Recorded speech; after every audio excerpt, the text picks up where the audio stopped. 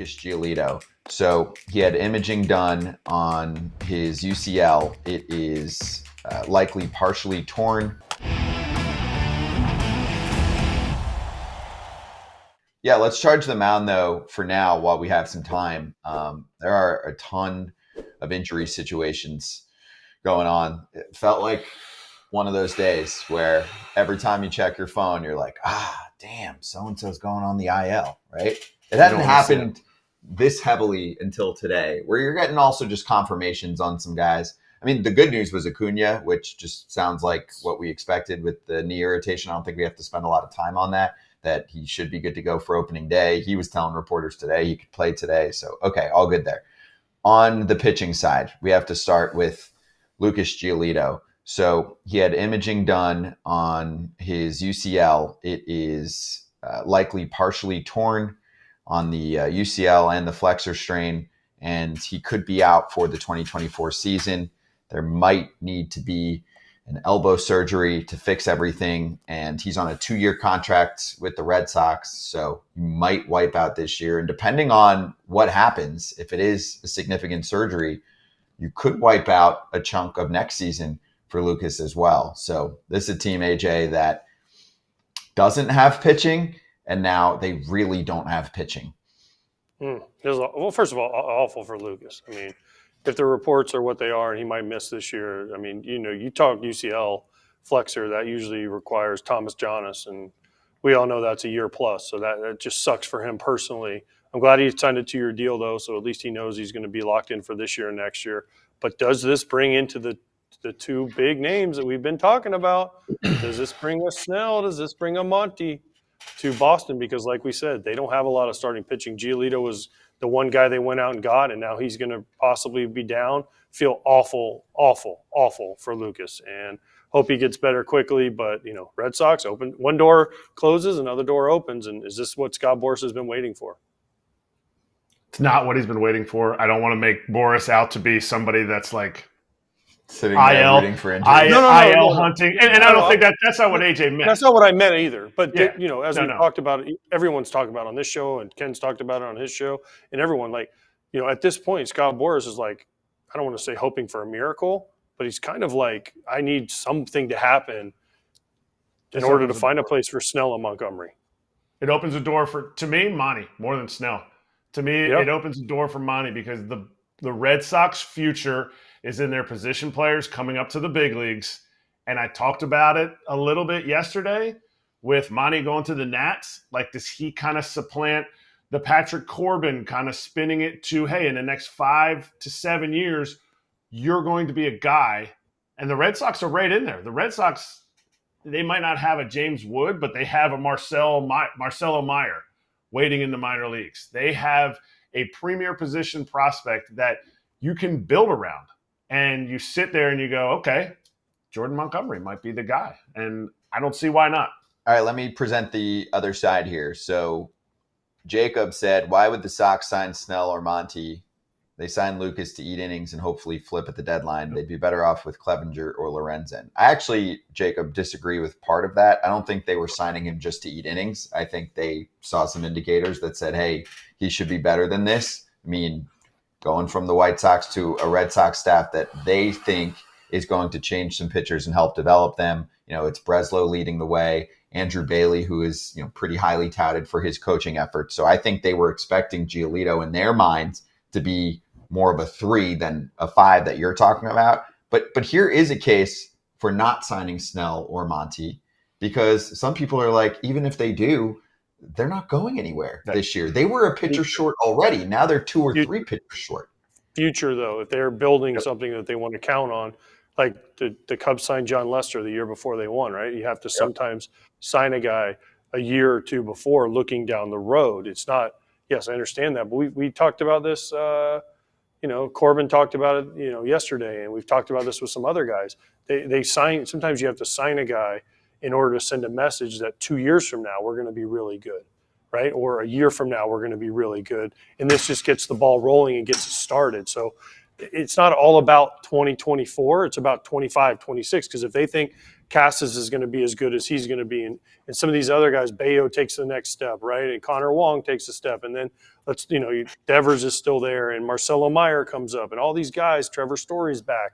It makes it to where it is such a thing for the future. And that's why you sign a Blake Snell, and that's why you sign a Jordan Montgomery to a 5-year deal. It's not just about this year, but it could be 2 years down the road. But in my mind, this injury shouldn't change the decision that they've clearly made at this point. So at this point, they have said, we're not signing one of those guys long term. So if you make a signing now, it's either because the price came to a spot where they like it, or maybe they are in panic mode for this season. You know what I'm saying, AJ? Like, they could have made this decision months ago and said, I'll go after one of these guys because even if this isn't the year for us, this is a long-term play. So things change now. I see you smiling. You got someone coming up next for us? Yeah, well, Big Zach's next. I don't know if you guys can see him. He's one of our interns. He's filling in right now for our guests. So nice. Can chime in on the Red Sox. But anyway, in all seriousness, they haven't done this yet. So but in my mind, I'm like, what is the plan? Listen, I talked to, obviously both New York teams are here today, okay? And I talked to somebody, I'm not going to name who it was, but and they were like, Blake Snell makes no sense for the Yankees for 1 year, even with opt-outs, because even now he's going to miss some time. And if if they sign him for 1 year, what does that do? And if they sign him for, let's say they sign a Cody Bellinger deal with opt-outs, right?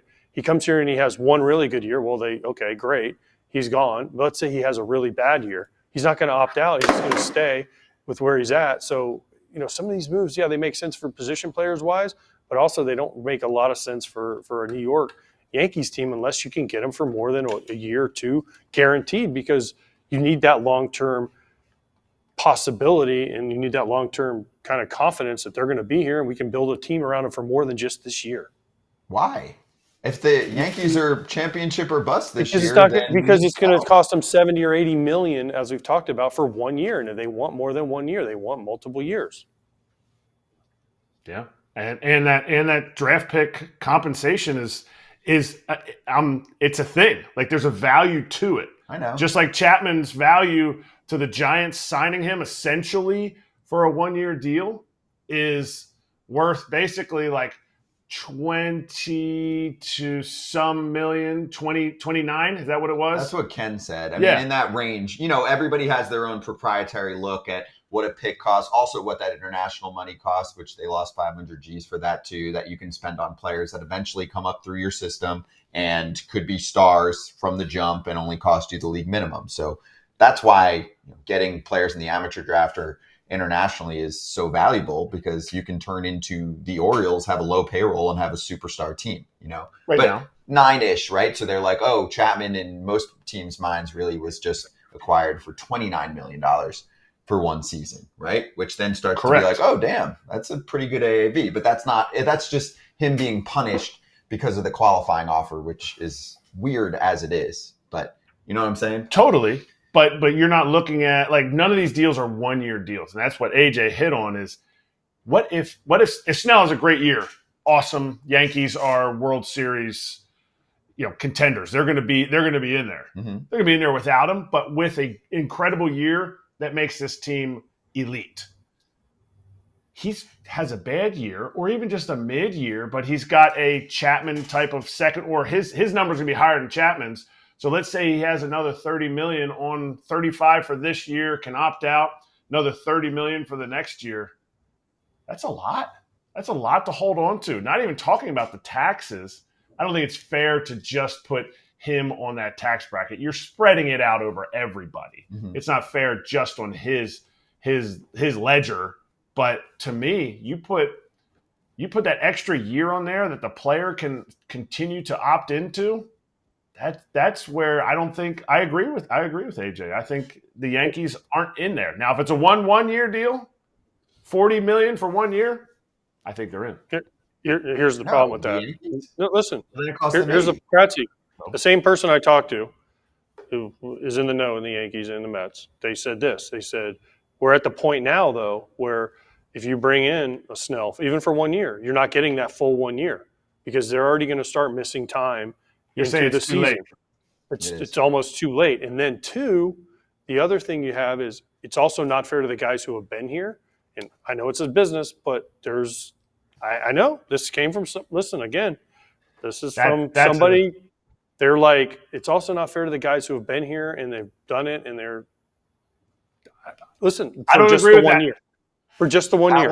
That one's like, the excuse of the year. It's the TV money. It's the uniforms costing more. It's blah, blah, blah. Oh, the other players will be upset if a player comes in a few weeks in and he's making money. Oh, I don't want to sign Yamamoto to a deal that's more than Cole. Like, to me, that part is hogwash. That's bullshit. And I think I get team chemistry, and believe me, I'm sitting there as the guy who's going to be, I know the guys who are going to be the one that's now the 27th man on a 26-man roster. I get that, and I want to fight for those guys all the time. Sorry. Me and my pitcher cohort that is a 26-man is not Blake Snell. Mm-mm. Okay, but let me ask you this. Is Blake Snell, let's say they get him 1 year 40. Well, that's really 88 million. Is he an $88 million a year guy for 1 year? Let's say he pitches okay. Let's say he's not a Cy Young. Let's say he's 2 years ago where he was above average pitcher. Is he worth $88 million for 1 year? Is a world championship worth $88 million? What if they don't win it? And is he your number 2 or number 3 starter in Game 3 of the World Series? I mean, he probably would be, I would think. Well, but then let me ask you this. Okay, let me ask you this. They have Cole, Stroman, Nestor, Rodon. I don't know who their fifth is. Piece of Schmidt, Clark. Yeah. Is he their fifth? Okay, so he could slide right in, right? And what do you do with Clark? You put him in the bullpen. I mean, listen, I get it, and I'm all for players getting their money, but it's just tough to swallow. And I think we've talked about that. We've beaten kind of this to death. $80 million on one player. That is a lot of money. I know it's not just on him, and then a draft pick on top of it. That is a big price to pay, and that's probably why you haven't seen it happen yet. And just to clarify, plus 4 new teams came in. Plus, let's not forget 4 new teams. Boris went 4 new teams joined the fray recently, which I don't know what 4 teams they are. Yeah. I think it was Oakland, Tampa. Comes down. Yeah. Well, Oakland, Tampa, Pittsburgh. The Reds. Oakland, Tampa, Pittsburgh. No, the Reds have spent some money. Cleveland was the 4th, I think. Phillies. Which we had heard about a little bit. Also, just to clarify, because William's like, Cole never said that. That's not what I was talking about. There was a report a while back that the Yankees wouldn't necessarily go above Cole's deal. And I said at the time, and still say it, that's BS. That should not be the case. Coffee? By the way, shout out to the Mets for having the best cups in the history of spring training, by the way. I mean, these are not like the paper cups. These are like souvenir cups in the press dining room. So let's go, Mets. I still got my souvenir cup from playing with the Astros. I got my George Springer souvenir cup. It's my smoothie cup. Yeah. Nice.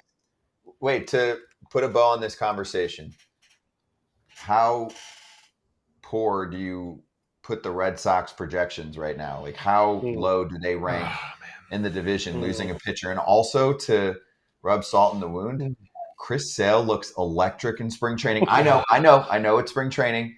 Velo's up a little bit. The thing that I'm still trying to learn more about, Induced vertical break. Induced vertical break. I know about it, but the way that they're measuring it, I'm still having questions on. We'll clarify at some point. Numbers. But he's got better ride. Let's just put it this way for people that like to hear it like I do. He's healthy. He's better healthy. Ride on his heater. He's healthy. Chris Bell might have a freaking year, AJ, and they're going to be. Did you guys not have him on Friday when you were at Braves camp? No, because we're saving him for you to bring him back on during camp. Remember, he promised he'll come back on. He did. But I figured you guys were there. It was an easy ask. Dude, I wouldn't do that. You're my friend. I'm not going to bring Chris Sale on without you.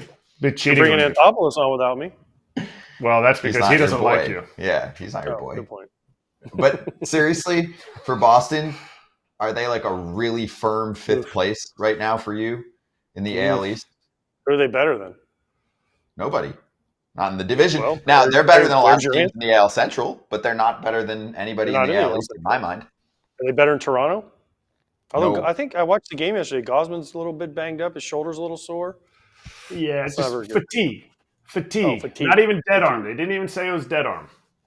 So they need him. I mean, are they better than the Yankees? Clearly no. Are they better? I mean, the Rays, I think the Rays are still probably better, right? So, I mean, they're not better than the Orioles. Better than Boston. They're not better than the Orioles. It's going to be, let's see, Craig Breslow, I love you, but you kind of walked into a little bit of a yeast. There's a good there's a good science project there. Which is better in the long term? Rays pitching factory, Red Sox position player factory.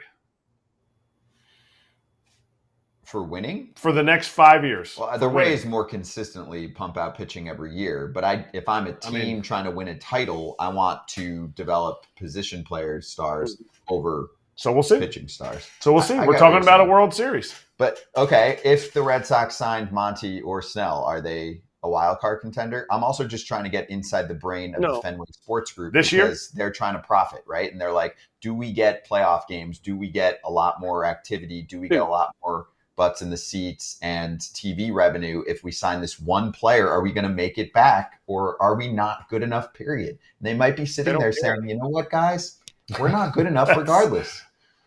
You said it. AJ said they don't care. They don't care. Did you know who they have? Do you know what soccer team Fenway Sports Group owns? Liverpool. Do you know what place Liverpool is in the Premier League? I definitely do not. Take a wild guess. 1. Starts with a 1. Yes, they're first place in the Premier League. Do you know how much money, if they win the Premier League and then they go on to the Champions League and win the Champions League, they will make? Yeah, $1 million. But it's all going to the same pot, the same portfolio. Exactly. So hey, we should spend a little bit of that on. You don't think they're making money off the Red Sox right now? You don't think Fenway Sports Group is making off net? Because they own Nesson. Let's not forget, they own Nesson. They own Liverpool, and I think they own the Penguins. Live Golf. And they bought into golf, and they also are in NASCAR, right? Or they were. Here's the biggest thing with the Red Sox. Can the Red Sox right now, in the next 5 years, win a World Series? And if you not without spending money.